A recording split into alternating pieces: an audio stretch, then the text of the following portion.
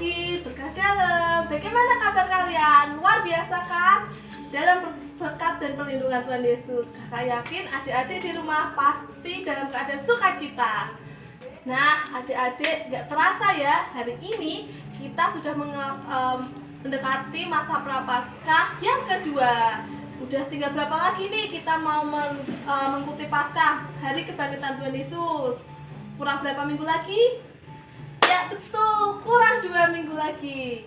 Nah, adik-adik, hari ini kita akan belajar bersama mendengarkan firman Tuhan mengenai perjanjian antara Allah dengan Abraham. Nah, perjanjian apa ya yang mereka lakukan? Nah, sebelumnya kakak mau tanya, adik-adik pernah melakukan perjanjian? Pasti pernah kan? Mungkin perjanjian sama mama, perjanjian sama kakak, sama teman, atau sama guru, sama siapapun. Nah, perjanjian itu seharusnya kan dilakukan dengan baik dan dilaksanakan. Nah, kali ini kita mau mencontoh Abraham. Perjanjian apa sih yang dilakukan Abraham sama Allah, dan apa yang dilakukan Abraham? Apakah Abraham ingkar janji atau Abraham melakukan dengan setulus ikhlas? Adik-adik sudah nggak siap mendengarkan? Oh, itu mari kita bangkit berdiri, kita menyanyi bersama.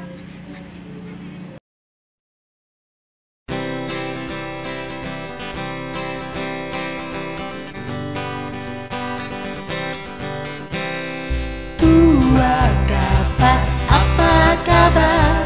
Hei, jumpa lagi. Ku beri senyum manis padamu, senyum misioner. Tua kabar, apa kabar? Hei, jumpa lagi. Mari bergandengan tangan, jadi sobat Yesus. Lihat ke kanan, lihat ke kiri, tepuk ke kanan, tepuk ke kiri, putar ke kanan dan putar ke kiri. Hore, jumpa lagi.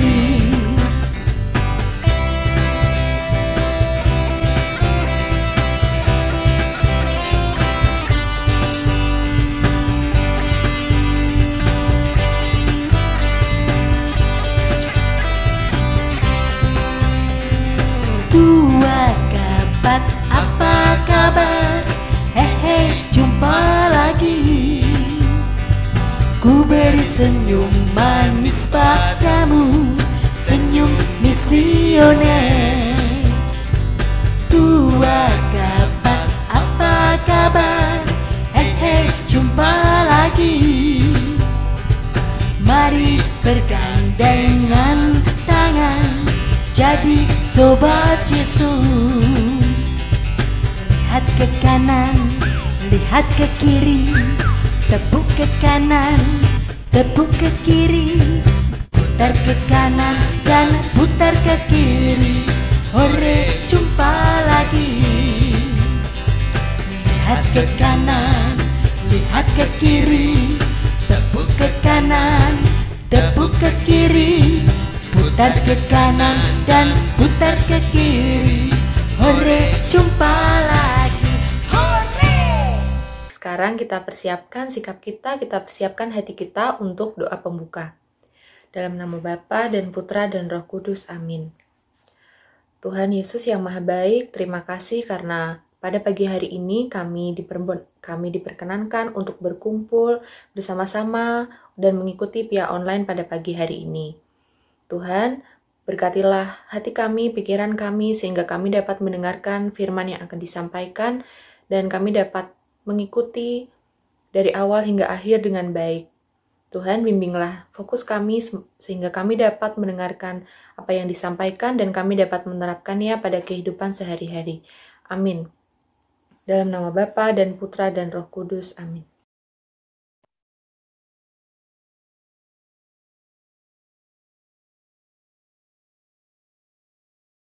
Halo anak-anak, apa kabar?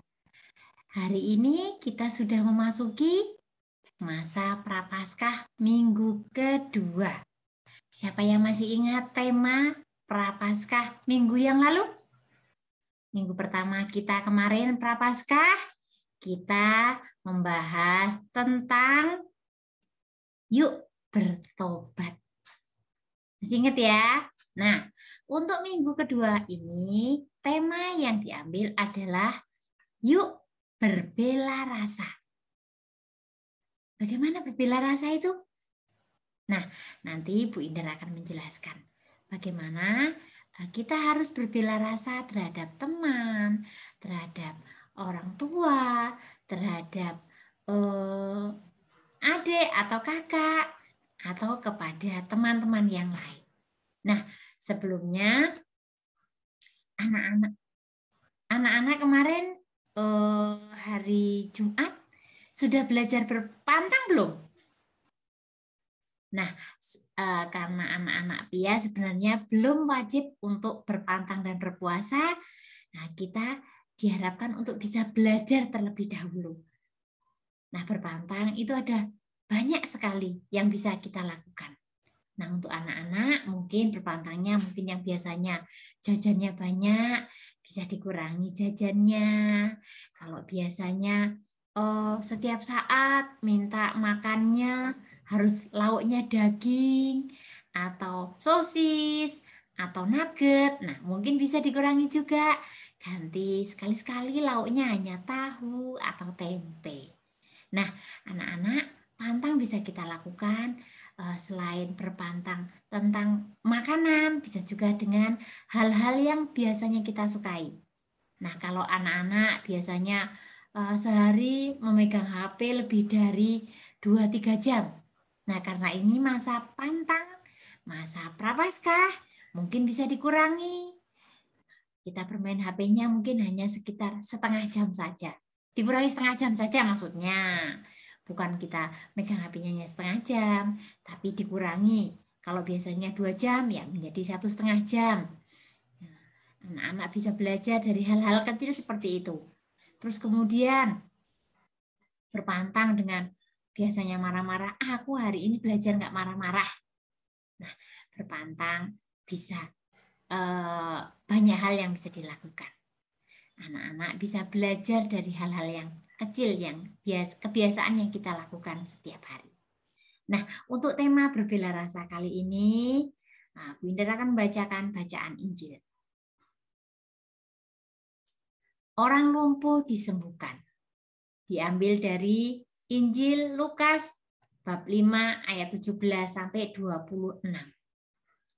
Pada suatu hari ketika Yesus mengajar, ada beberapa orang Farisi dan ahli Taurat duduk mendengarkannya. Mereka datang dari semua desa di Galilea dan Yudea dan dari Yerusalem. Kuasa Tuhan menyertai dia sehingga ia dapat menyembuhkan orang sakit. Lalu datanglah beberapa orang mengusung seorang lumpuh di atas tempat tidur. Mereka berusaha membawa dia masuk dan meletakkannya di hadapan Yesus.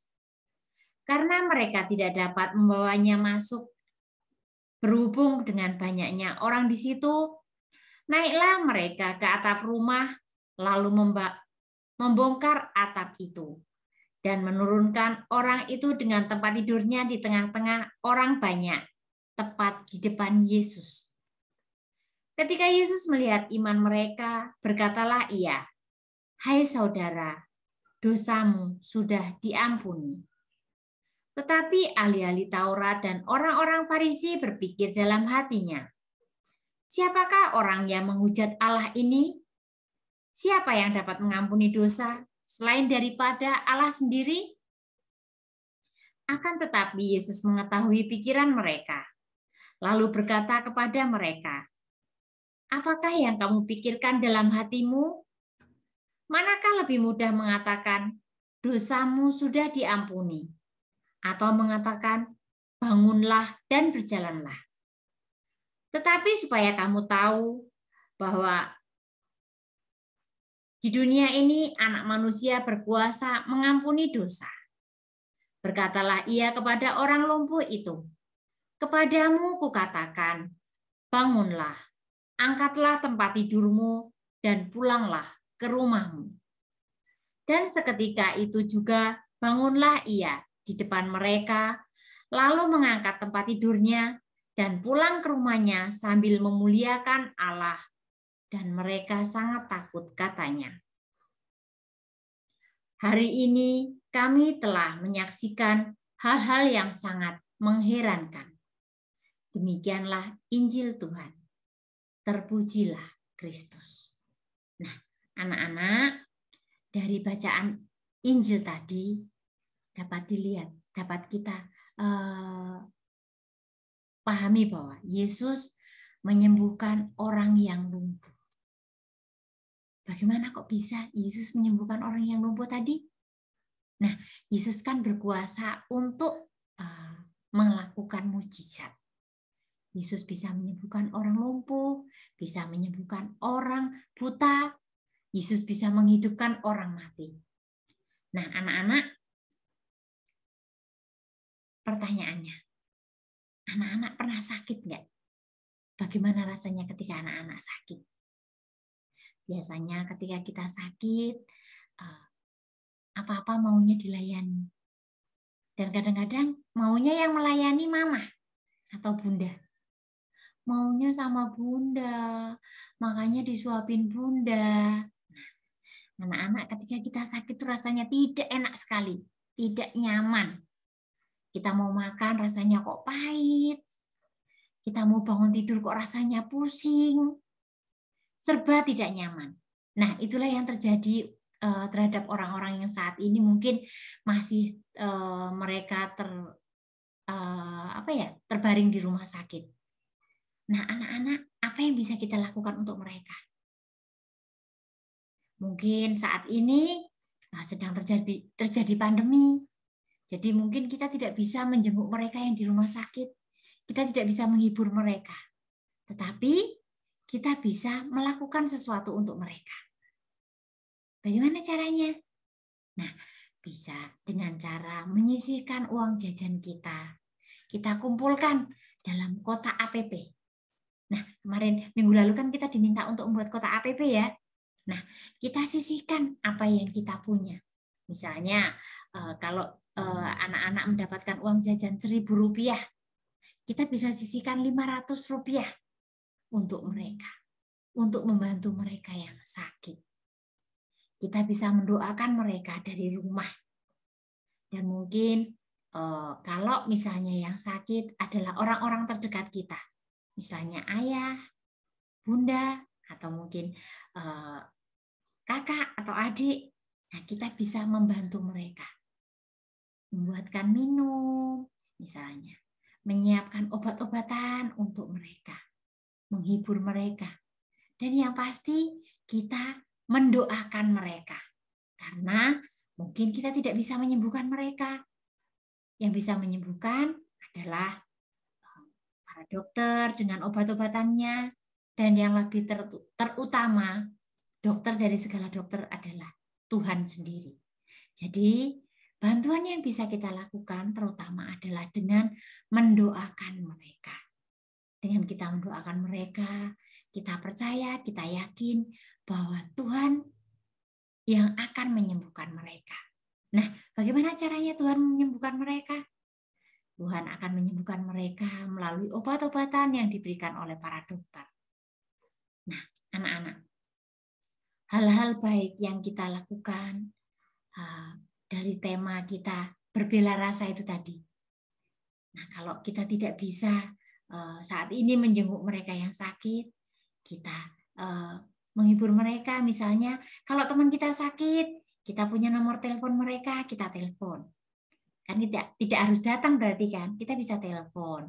Atau kita bisa mengirimi misalnya lagu-lagu penghiburan, atau kita bisa mengirimkan gambar-gambar yang menarik, atau mungkin lelucon-lelucon yang bisa menghibur teman kita ini. Berbela rasa dengan cara menghibur mereka, dengan cara mendoakan mereka. Dan bagi orang-orang yang saat ini mungkin mereka tidak mampu untuk berobat, kita bisa berbela rasanya dengan menyisihkan apa yang kita punya. Kalau tadi Ibu Indar bilang, kita bisa menyisihkan uang jajan. Kayaknya kita nggak sekolah, tapi kita nggak punya uang jajan dong berarti. Nah, kita bisa bilang sama papa, mama, atau ayah, bunda, ya, ada ini kan kita nggak sekolah, kita nggak dapat uang jajan, tapi kan pasti ayah punya. Nah, untuk uang yang biasanya diberikan untuk aku mau sisihkan untuk mereka yang membutuhkan. Nah, anak-anak, uang yang kita sisihkan itu tadi bisa kita kumpulkan. Nanti kita tidak harus kita yang menyerahkan kepada mereka, tetapi kita kumpulkan bersama-sama. Nanti dari pihak gereja akan menyalurkan apa yang menjadi niat kita untuk membantu mereka yang membutuhkan. Itu bentuk bela rasa kita terhadap mereka yang sakit. Karena tadi Bu Indah bilang, rasanya ketika kita sakit itu nggak enak sama sekali. Mau makan kok rasanya nggak enak, aduh nggak bisa nelan. Kadang-kadang kita mau duduk aja, aduh rasanya kok bosan sekali, kita hanya tidur. Nah, mau miring kiri capek, mau miring kanan capek. Pokoknya ketika kita sakit itu sama sekali nggak nyaman. Karena itu kita butuh orang-orang yang memperhatikan kita. Kita butuh penghiburan dari teman-teman kita. Nah, karena mungkin kita belum bisa hadir di dekat mereka, yaitu tadi cara yang kita bisa lakukan dengan menghibur lewat misalnya telepon, kita bisa mengirimkan itu tadi video-video yang lucu, atau mungkin gambar-gambar, atau mungkin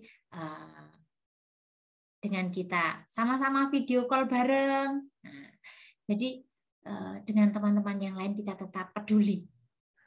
Yang pasti yang harus kita lakukan adalah kita mendoakan mereka, karena bagaimanapun obatnya, bagaimanapun hebatnya dokter, tanpa seizin Tuhan, mungkin dia tidak akan sembuh. Karena itu, hal paling utama yang bisa kita lakukan adalah dengan mendoakan mereka. Itu hal sederhana yang bisa kita lakukan untuk mereka yang sakit. Bisa ya anak-anak? Harus bisa dong. Nah, untuk orang-orang terdekat yang tinggal dengan satu rumah, kita bisa melakukan hal-hal kecil dengan membantu mereka. Misalnya membuatkan teh, seperti tadi Bu Indah sudah cerita di awal, membuatkan teh, mengambilkan obat, mengambilkan minum, lain sebagainya. Kita mengajak mereka juga berdoa bersama supaya Tuhan menyembuhkan kita semua. Bisa ya anak-anak? Nah, itulah tema kedua kita, berbela rasa. Bagaimana kita bisa ikut merasakan sakitnya mereka. Karena kita juga pernah sakit. Kalau kita pernah sakit, pasti bisa merasakan apa yang mereka rasakan. Nah, kita tidak mau kan mereka ketika sakit merasa benar-benar tersiksa, nggak nyaman. Kita mau mencoba membantu mereka supaya mereka segera kembali pulih. Karena selain obat-obatan, seperti dalam lagu, hati yang gembira adalah obat. Dengan kita membuat mereka bergembira, kita sudah membantu mereka untuk bersemangat, untuk memulihkan kesehatan mereka. Itu pesan dari Bu Indah, anak-anak tetap harus peduli terhadap mereka yang membutuhkan. Itulah bela rasa yang bisa kita lakukan untuk mereka. Nah, sampai jumpa anak-anak di pertemuan Prapaskah nanti di minggu ketiga dengan tema yang berbeda. Tetap semangat anak-anak. Kita tetap harus menjaga kesehatan kita masing-masing. Kita jaga prokes supaya kita terhindar dari virus yang masih merajalela di sekitar kita. Tetap semangat anak-anak. Berkah dalam. Nah, adik-adik, nggak terasa ya kita udah hampir berapa jam nih? Setengah jam ya? Apa 1 jam kita udah bersama?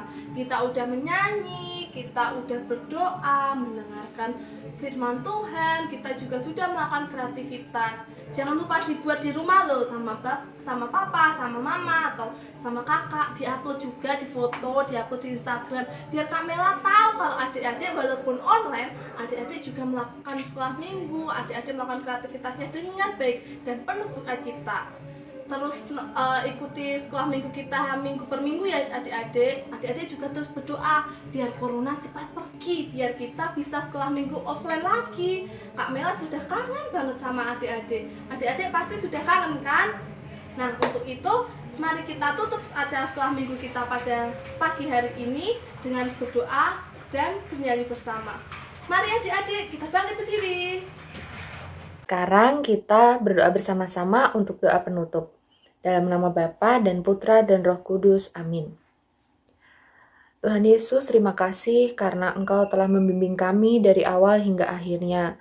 Tuhan, sebentar lagi kami akan menjalani kehidupan kami sehari-hari. Kami akan berkegiatan bersama dengan keluarga di rumah. Tuhan, berkatilah kami, semoga apa yang kami dapatkan hari ini kami dapat terapkan di keluarga kami, di teman-teman kami, di lingkungan sekitar kami. Semoga ya Tuhan, minggu depan dan minggu-minggu selanjutnya kami dapat mengikuti kegiatan via online dengan rajin dan dengan semangat. Kemuliaan kepada Bapa dan Putra dan Roh Kudus, seperti pada permulaan, sekarang, selalu, dan sepanjang segala abad. Amin. Demi nama Bapa dan Putra dan Roh Kudus. Amin.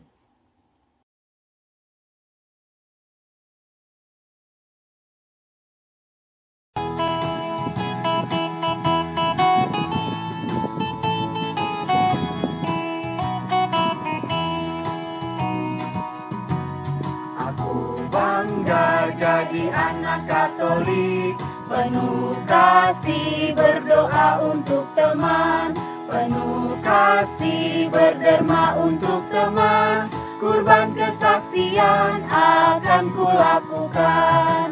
Bangga, bangga jadi anak Katolik, bangga, bangga jadi anak Katolik, bangga, bangga jadi anak Katolik. Kurban kesaksian akan kulakukan.